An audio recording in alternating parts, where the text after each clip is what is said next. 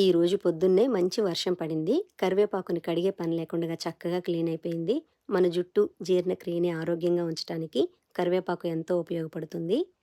ఇది అడవి కరివేపాకండి. మంచి సువాసన ఉంటుంది. తడేమి లేకుండా ఇలా పొడిగుడ్డ మీద పూర్తిగా ఆరపెట్టేశాను. ఇప్పుడు ప్యాన్‌లో అరకప్పు ఫ్లాక్స్ సీడ్స్ వేసుకొని చిన్న మంట మీద దోరగా వేయించుకొని తీసి పక్కన పెట్టుకోవాలి. విడిగా తినమంటే ఎవరు తినరండి. ఇలా కారప్పొడిలో వేసుకుంటే చాలా మంచిది.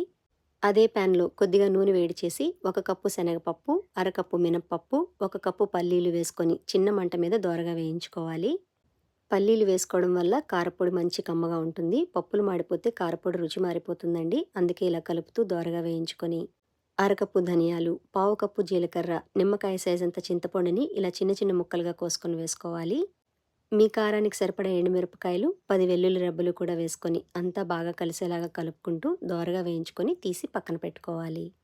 ప్రతిరోజు మొదటి ముద్ద కారప్పొడితో కానీ, రోటి పచ్చడితో కానీ తింటే ఎంతో మంచిది. ఇప్పుడు అదే ప్యాన్‌లో కొద్దిగా నూనె వేడి చేసి, ఏ కప్పుతో అయితే పప్పులు కొలిచానో అదే కప్పుతో 10 కప్పులు కరివేపాకు వేసుకొని అంతా బాగా కలిసేలాగా కలుపుతూ 4, 5 నిమిషాలు వేయించుకోవాలి. మనం వేసినప్పుడు కరివేపాకు ఎక్కువగా అనిపిస్తుంది. కానీ వేయించిన తర్వాత ఇలా తగ్గిపోతుందండి. 5 నిమిషాలకి చక్కగా వేగిపోతుంది. ఇప్పుడు తీసి మనం వేయించుకున్న పప్పుల్లో కలిపేసి, పూర్తిగా వేడి చల్లారిపోయిన తర్వాత వేయించి పెట్టుకున్న పప్పులు, కరివేపాకు, ఫ్లాక్స్ సీడ్స్ మీ రుచికి తగ్గ ఉప్పు వేసుకొని మరీ మెత్తగా కాకుండా కొంచెం బరకగా గ్రైండ్ చేసుకోవాలి. మిక్సీ జార్‌లో మొత్తం ఒకేసారి వేయకుండా ఇలా 2 భాగాలుగా గ్రైండ్ చేసుకుంటే బాగా నలుగుతుంది. ఇప్పుడు ఒకసారి అంతా బాగా కలిసేలాగా పైనుండి కిందకి గరిటెతో కలుపుకుంటే సరిపోతుంది. కాస్త వేడి చల్లారాక బాటిల్‌లో స్టోర్ చేసి పెట్టుకుంటే 20 రోజుల వరకు ఫ్రెష్‌గా ఉంటుంది. ఎంతో కమ్మగా ఉండే ఈ కరివేపాకు కారం పొడిని వేడి వేడి అన్నంలో కలుపుకొని తింటే అద్భుతంగా ఉంటుంది. తప్పకుండా ట్రై చేయండి.